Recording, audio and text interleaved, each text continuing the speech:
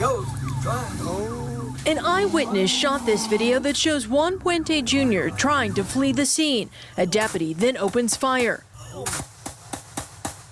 Puente doesn't stop and drives away. The video was shot in front of Derek Engelbert's business. The first thing we saw is the officer trying to engage, trying to talk to the person in the vehicle, and no cooperation from him. Sheriff Paul Birch says the Internet Crimes Against Children Unit, or ICAC unit, watched Puente leave his home this morning and pulled him over to serve 2 arrest warrants for child pornography. They noticed that the individual had a handgun, within reach as they're talking with him. He became agitated, and instead of cooperating, he took off.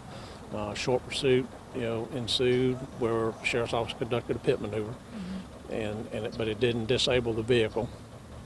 They engaged him in conversation again, briefly, trying to get him to exit the vehicle, at which time he fired shots at deputies.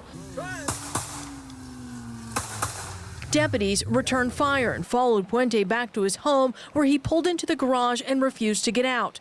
Multiple agencies responded. Saraland deployed its armored Bearcat. They were on the bullhorns, asking him to come out with his hands up. The standoff lasted about 30 minutes. Birch says Puente again fired at officers, who fired back, killing him. He says at least 100 shots were fired. It was terrible. It must have been 300 to 800 shells going, because you got 50 officers pointing guns, and they didn't just shoot one time. It was like machine guns. It was just loud and a lot.